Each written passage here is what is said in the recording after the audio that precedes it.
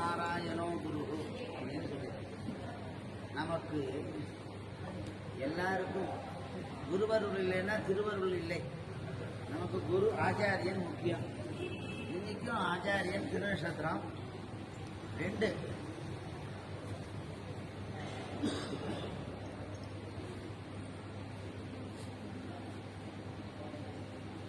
என்னுயிர் தந்தளித்தவரை சரணம்புக்கு யானடை வரகுருக்கள் அப்படின்னாரு. இன்னைக்கு இது வைகாசி திருவாதிரை, சித்திர திருவாதிரை, ராமானுஜர் அவதாரம். ராமானுஜரைய அம்சாவதாரமாக சுவாமி அவதாரம் செய்தார். ஸ்ரீமுஷ்டத்தில் இந்த வைகாசி வையம் போற்றும் வைகாசி திருவாதிரையில் அவதாரம் செய்தார் வராகாரிய மகாதேசிகனாக.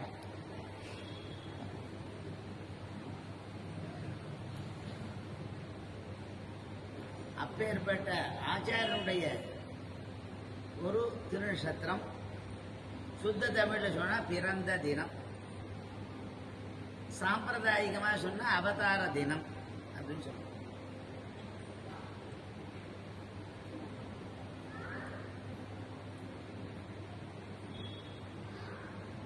இரு கலையும் வல்லவராக திகழ்ந்தார் சுவாமி. இரு கலைன்னா வடமொழி தென்மொழின்னு அர்த்தம்.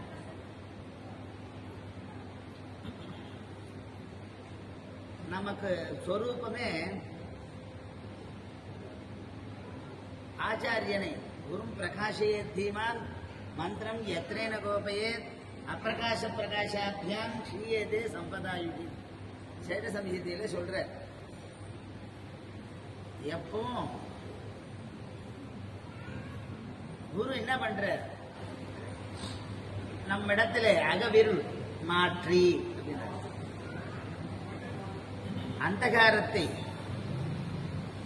நம்ம இடத்துல இருந்து எடுத்துட்டு ஞானம் என்ற ஒளி விளக்கை நமக்கு அருளி செய்கிறார்கள் ஆச்சாரிய பெருமக்கள். அந்த ஆச்சாரிய பெருமக்களிலே இவரும் ஒருவர். பல பேருக்கு ஞானாசிரியராகவும் நல்லாசிரியராகவும் பலவாறாக பன்மையாக நாம் வாழ வேண்டும் என்று பல கருத்துக்களை நமக்கு அளிவித்து ஒரு சிறந்த ஒரு மகானாக திறந்தவர் சுவாமி ரங்கராமானுஜ மகாதேசிகன்.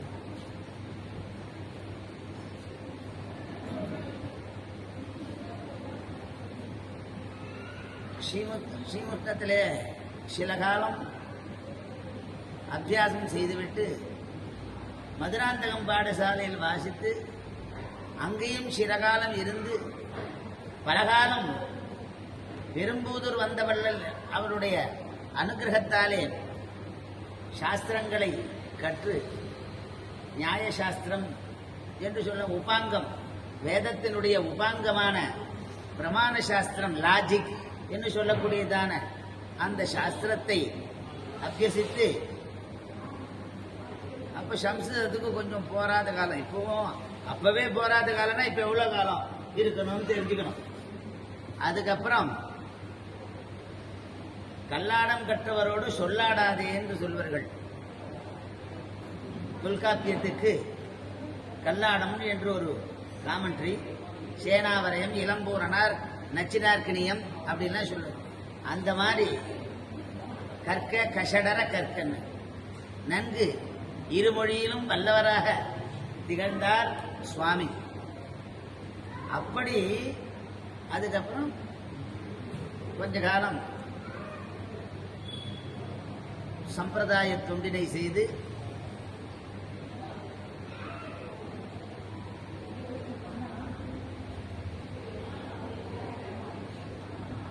ஞான விளக்கு தெரிந்து கொள்ள வேண்டும். அதுக்காக ஸ்ரீரங்கம் சிவதாண்டவன் வேதாந்த ராமானுஜ மகா தேசிகனை ஆசிரியித்து தன்னுடைய பாரத்தை அவர் திருவடியிலே சமர்ப்பித்து அவரிடத்திலே உபய வேதாந்த கிரகணம் செய்து, உபய வேதாந்தம்னா வேதம், 4 வேதம், அதனுடைய அந்திம பாகமான உபனிஷத்து என்ன, அதனுடைய சாரமான வேதாந்த சாரம்,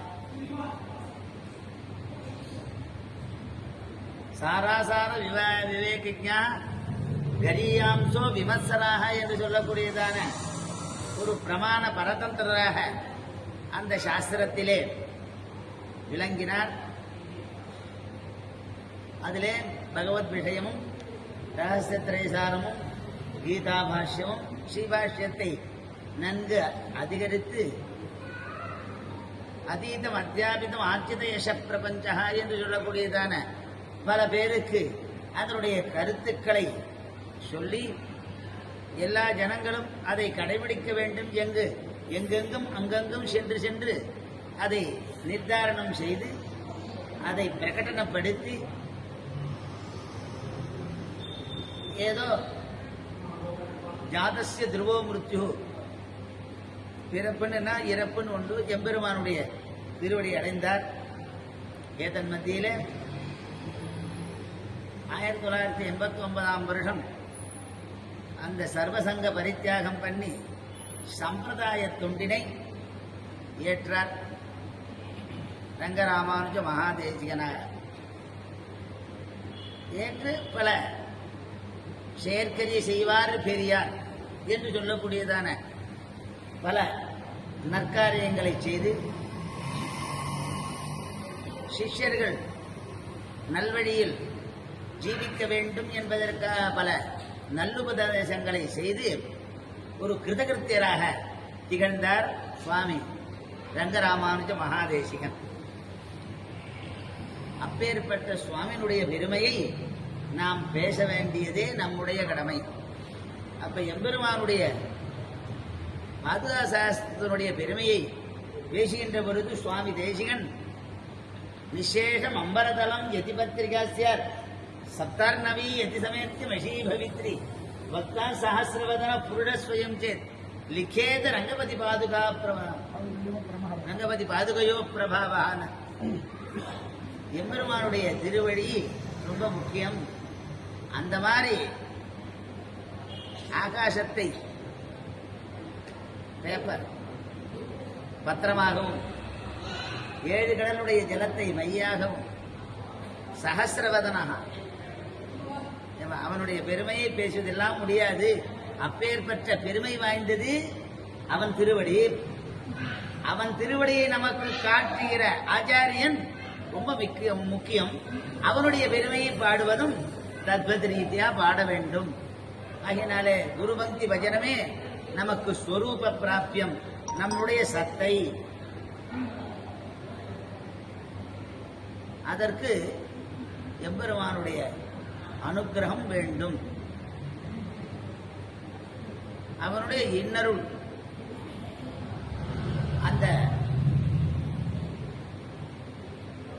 அந்த இன்னருளால அவர் பல நற்காரியங்களை செய்தார்.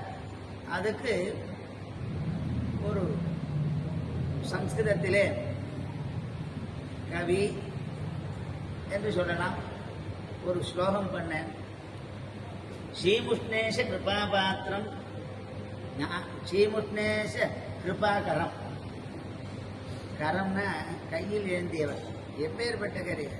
அவருடைய பூர்வாசிரம திருநாமமும் வராக திருநாமம். ஏன்னா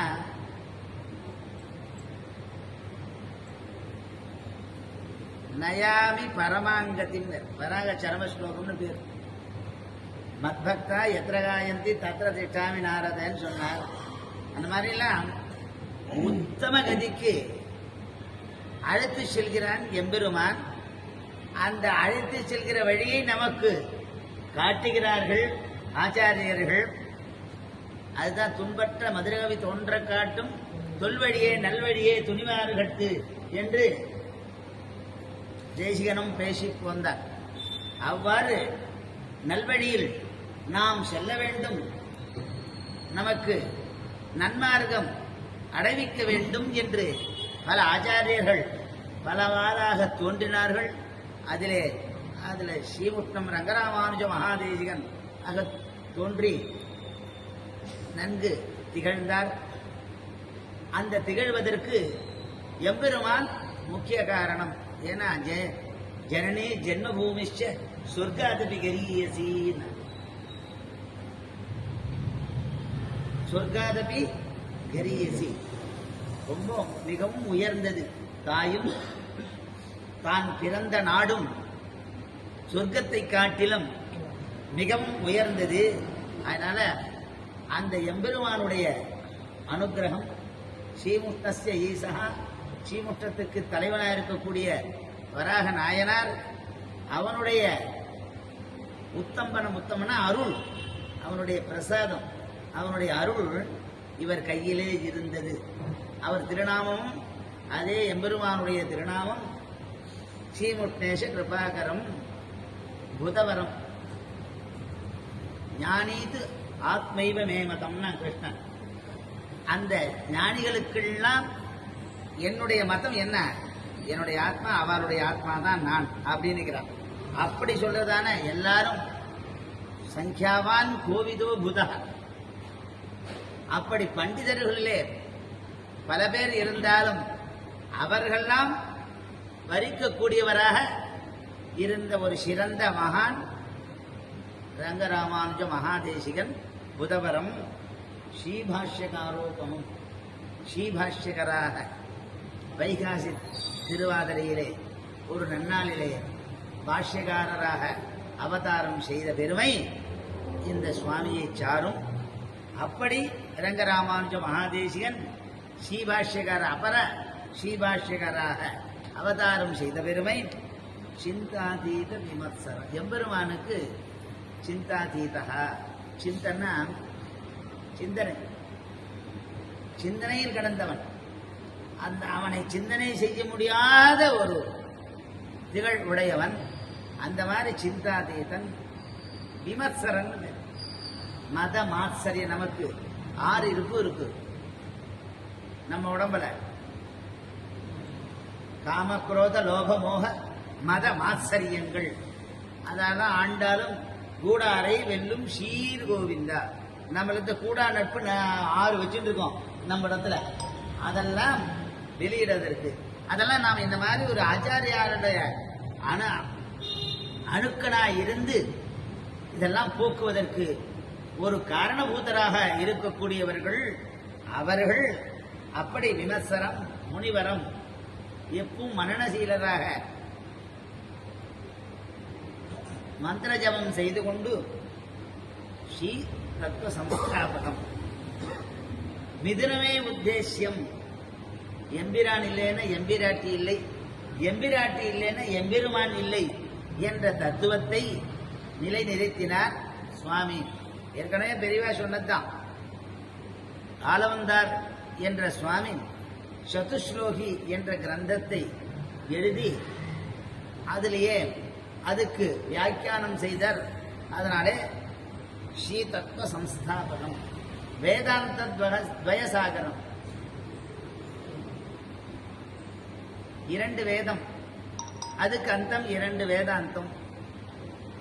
தமிழ் வேதத்தில் அந்தமான உபநிடத்பாகமான பகவத் விஷயம் என்ன, சம்ஸ்கிருத வேதத்து வடமொழி வேதத்துக்கு அந்தமான உபநிடத் பாகம் என்ன, இதனுடைய வேதம் என்ன சொல்லுகிறது, வேதாந்தம் என்ன சொல்கிறது. வியாசருடைய மதத்தை, வியாசர் 4 வேதத்தை தொகுத்து புராணங்களை தொகுத்து அளித்த பெருமை, அதனுடைய பெருமையை ஆச்சாரியர்கள் எவ்வழி போனாரோ அவ்வழியிலே சென்று நமக்கு காட்டினார். ஸ்ரிதபரம் ஸ்ரீஷப்பிரியம் பாவுகம். பாவுகம் மங்களத்தை கொடுத்தவர், எம்பெருமானிடத்திலே பிரித்தவுடையவர். ஸ்ரிதபரம் நம்மை போன்ற ஆசிரியர்களுக்கெல்லாம் வரமாக.